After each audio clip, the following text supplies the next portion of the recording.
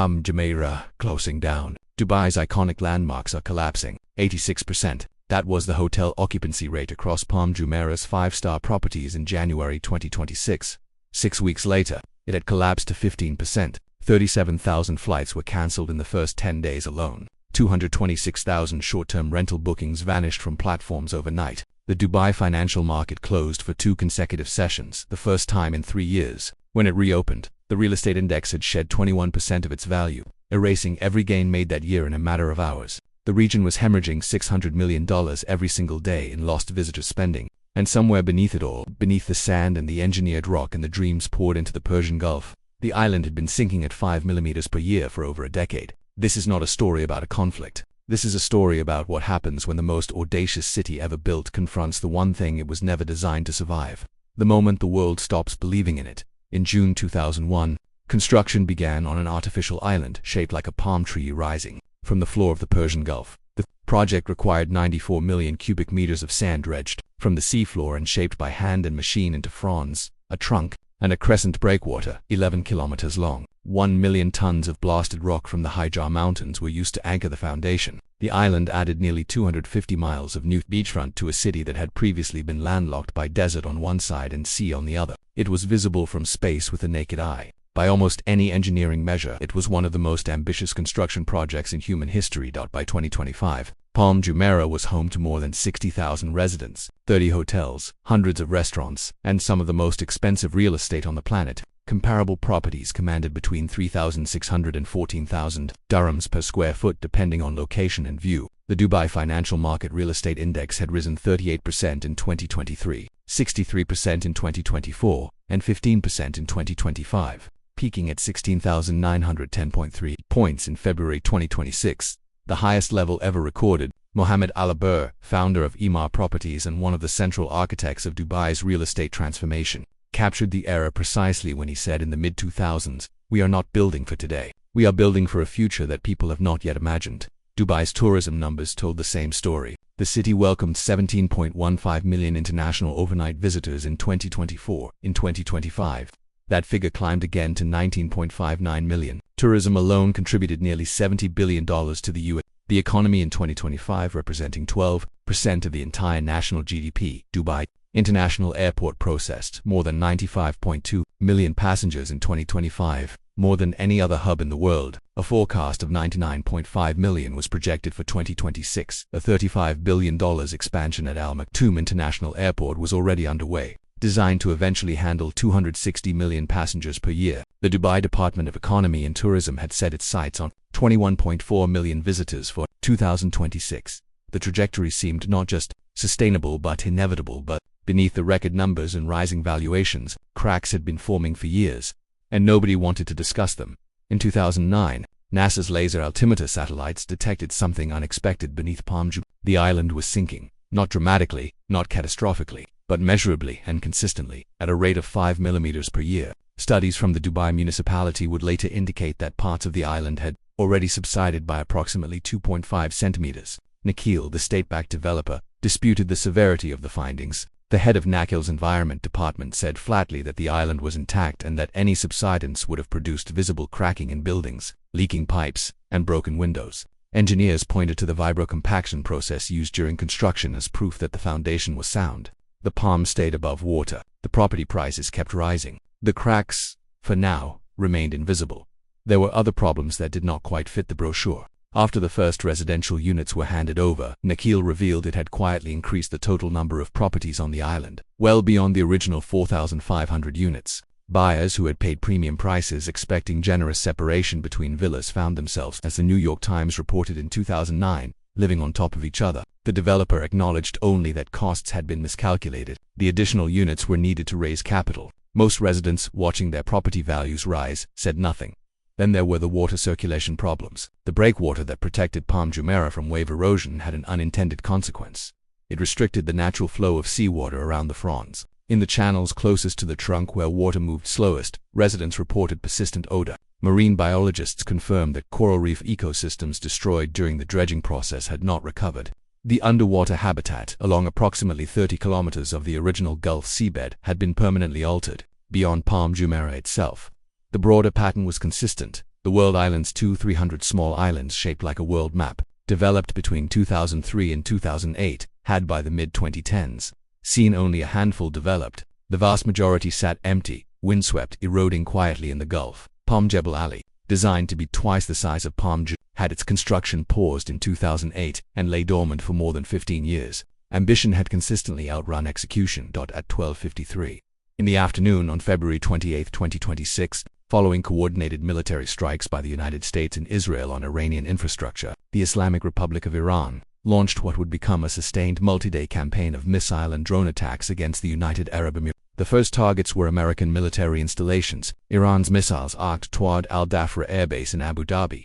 UAE air defenses intercepted the majority, but debris fell across a residential area near Zayed International Airport. One Pakistani national was killed by shrapnel. 7 others were injured. Within hours, a fire broke out at Jebel Ali Port, the Ruwais industrial complex home to the country's largest oil refinery, producing 922,000 barrels of oil per day, was struck by a drone and shut down. An Amazon Web Services data center in the UAE caught fire after being struck by falling objects, and the ripple effects reached digital infrastructure on 3 continents. Then, at 2:47 in the morning on March 1st, a shade-type drone broke through the sky above the crescent of Palm Jumeirah. The pool was empty. The sun loungers were stacked. The white hallways of the Fairmont, the palm hallways that had welcomed heads of state, tech billionaires, and royalty from 6 continents, were silent. Then the entrance burned. The smoke rose above the fronds of the most famous artificial island on Earth.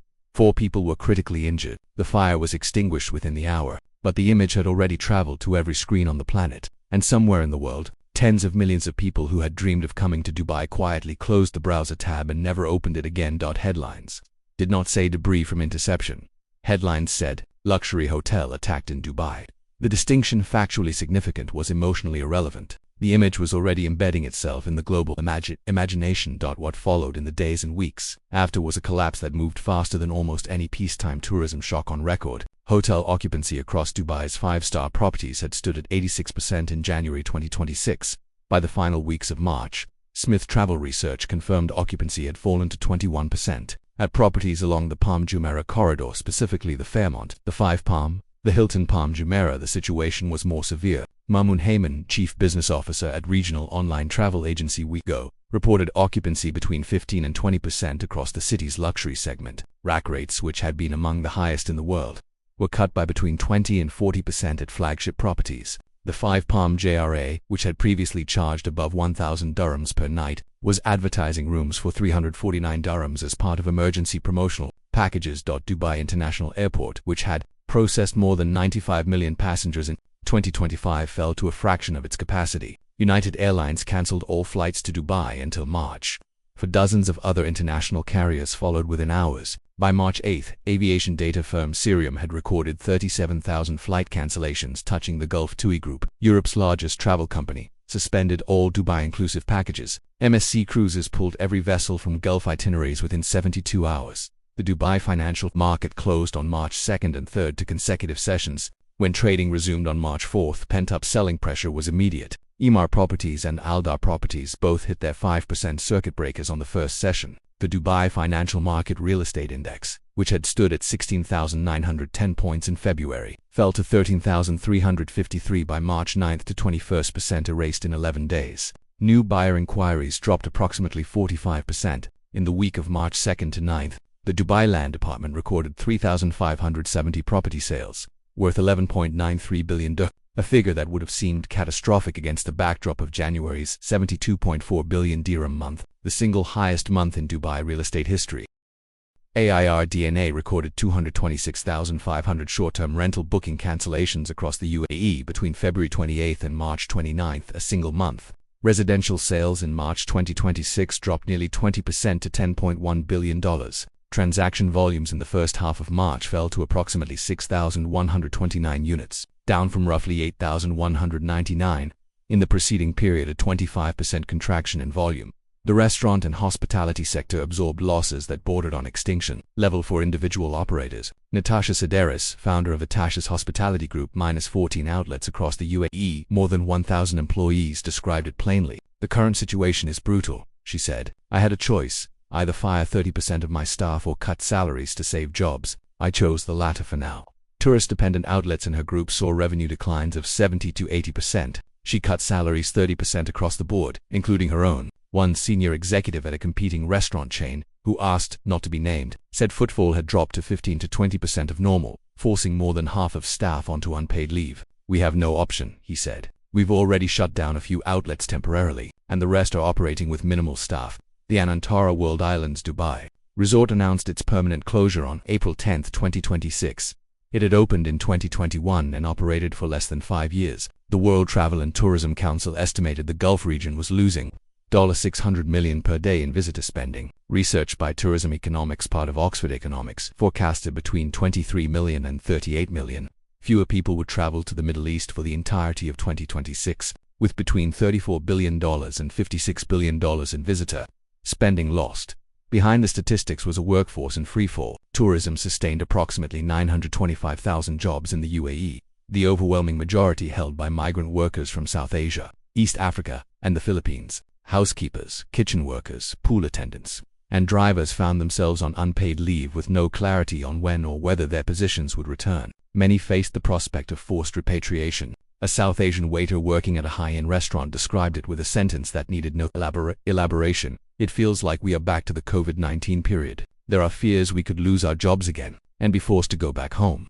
Rights groups noted that many of these workers already carried debt linked to recruitment fees, making them among the most financially exposed people in the crisis. Along the fronts of Palm Jumeirah, beach chairs sat in rows that nobody filled. Boutiques carrying Gucci and Chanel pulled their shutters early each evening. The Burj Al Arab, which had announced a full 18-month closure beginning April 2026 for its first-ever comprehensive renovation, fell quiet for the first time in its 25-year history. Between March 17th and 19th, 8,400 guests were collectively evacuated from the Atlantis, the Burj Al Arab, and properties in downtown Dubai as airlines arranged emergency departures from Abu Dhabi International Airport. Dubai's competitors did not pause. Abu Dhabi had been quietly building a rival gravity for years, and the conflict accelerated everything. The announcement of a Disney theme park on Yas Island, already in development before the crisis, suddenly carried an entirely different weight. In a region where Dubai had been synonymous with global entertainment, the prospect of the world's most powerful entertainment brand planting its flag 90 kilometers away from a city in crisis was a direct bid for the tourism demographic Dubai had spent 2 decades cultivating. Saudi Arabia's Vision 2030 had already committed hundreds of billions of dollars to building a tourism industry from near zero. The Saudi tourism sector had grown by 22% between 2023 and 2025. That trajectory did not slow during the conflict. The kingdom's Red Sea coastal projects, geographically removed from the theater of direct conflict, suddenly appeared comparatively attractive to developers and investors surveying the region. Qatar Airways, operating with state backing that insulated it from the commercial pressures crushing smaller carriers, moved aggressively to capture rerouted transit traffic. Passengers who could no longer connect through Dubai International Airport were redirected through Hamad International Airport. Every rerouted passenger represented a direct transfer of long-term brand loyalty and aviation revenue from Dubai to Doha. On April 7, 2026, President Donald Trump announced a 2-week ceasefire with Iran, brokered through negotiations facilitated by Pakistani Prime Minister Shehbaz Sharif. Global markets responded immediately. The Dubai Financial Market General Index surged 8.5% on April 8, its largest single-day gain since December 2014. Trading volumes rose 5-fold from the previous session. The Strait of Hormuz, through which roughly 1/5 of all global oil and liquefied natural gas passes every day, began its cautious reopening. On April 17, Iranian Foreign Minister Abbas Araghchi declared the strait completely open for all commercial vessels for the duration of the ceasefire. Oil prices fell more than 13%. Property viewing activity in Dubai surged 75% in the days that followed. Dubai announced $272.26 million in support for businesses. Hotels were permitted to delay sales-related fees and tourism dirham charges. New promotional campaigns were being planned. HMI Den of Wigo offered a measured assessment. If the war ends soon, there could be a quick recovery. But if it drags on, we have to start questioning the entire summer season. Sedaris was more direct about the timeline her business could sustain. "We've got enough cash to see us through a month or 2, maximum 3, and then past that, what do we do? After that, we will have to take tougher calls. Hopefully not, and this insanity ends soon." But a ceasefire is not a conclusion. The Anantara World Islands remained permanently closed. The burn mark at the Fairmont's entrance could not be renovated from collective memory. The St. Regis Dubai, the Palm, had taken its inventory offline. The Burj Al Arab had shut for 18 months. Between February 28 and April 27, 2026, the UAE absorbed more than 2,800 projectiles, ballistic missiles, drones, and cruise missiles launched by Iran. 13 people died. 224 were injured. Professor Nancy McGahey, professor of hospitality and tourism management at Virginia Tech, identified precisely what had been lost. Dubai hotel occupancy has plummeted by 70 to 80%. Many hotels are opting to close for renovation to save on employment costs. But beyond the numbers, she named the deeper damage. Dubai had not merely lost visitors, it had lost the perception of invincibility that had made it a destination in the first place. Dubai was built on a proposition that was, at its core, an act of defiance against probability. A city with no navigable river, no arable land, no meaningful rainfall, and no historical precedent for the scale of ambition it was attempting, decided in the span of a single generation to become one of the most visited, most invested, and most recognizable places on earth. It succeeded by selling something more powerful than luxury. It sold certainty. It sold the idea that human ingenuity, deployed with enough capital and enough will, could permanently override the conditions of its own geography. For 2 decades, the proposition held. And then, in the first hours of March 2026, a drone crossed the sky above the crescent of Palm Jumeirah. What was revealed was not that Dubai had failed. What was revealed was that everything extraordinary is also, by definition, extraordinarily fragile, that the same audacity which makes a city impossible to ignore makes it impossible to insulate, that sand, no matter how precisely compacted, remains sand, and that a promise of safety is only as durable as the last moment it was kept.